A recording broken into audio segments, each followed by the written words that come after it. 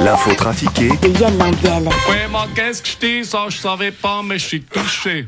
Willy Morer, vous ne saviez pas quoi? Mais je savais pas qu'il y avait un magazine sur moi. Ah bah comment ça? Et j'ai appris aujourd'hui, c'est les 50 ans de Picsou Magazine. On a de la peine à y croire, mais c'est la vraie vie qui redémarre. Et c'est la bonne. 2 ans qu'on en avait marre. C'est la vraie vie qui redémarre. On n'oublie pas ces vaccins. La vraie vie à portée de main. Le chancelier autrichien était en Suisse hier, Ignacio Cassis. Si, nous avons parlé évidemment de l'Ukraine. J'ai exhorté les ressortissants suisses à se barrer, quitter l'Ukraine le plus vite possible tant qu'il y a encore des avions, parce que je sens arriver le truc. Moi, j'ai pas envie de devoir aller les chercher avec ma voiture quand ce sera le chaos total.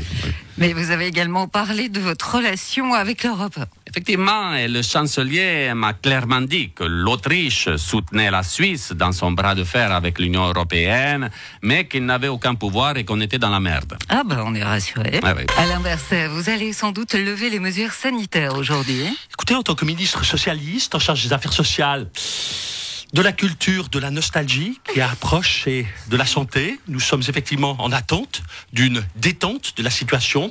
Nous allons sans doute renoncer demain au pass vaccinal. Excusez-moi, c'est l'émotion. Je m'y étais attaché. Nous avons vécu tant de choses ensemble. C'était devenu un compagnon de tous les instants, mais il va bien falloir me résoudre à le quitter. Je ne vous cache pas que cette séparation va être un déchirement. Heureusement, nous allons sans doute garder le masque dans les lieux publics. C'est fou. Comment on peut s'attacher à ces petites choses?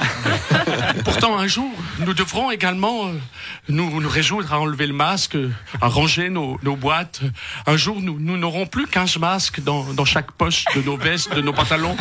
Mais heureusement, peut-être dans 10 ans, 15 ans, nous retrouverons engrebonnés dans une poche d'un jeans trop petit, un masque. Et là, nous nous souviendrons.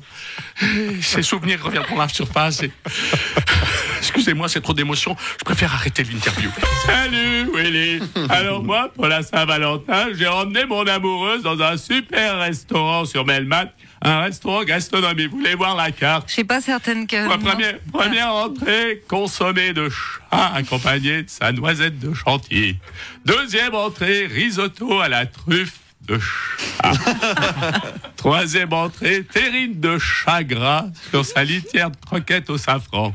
En plat principal, steak de chat frites et fagots d'haricots ou tartare de chat avec son toast beurré ou fondue chinoise de chat siamois. Et en dessert, sorbet de moustache de chat sur ses croquettes au chocolat. Elle a adoré.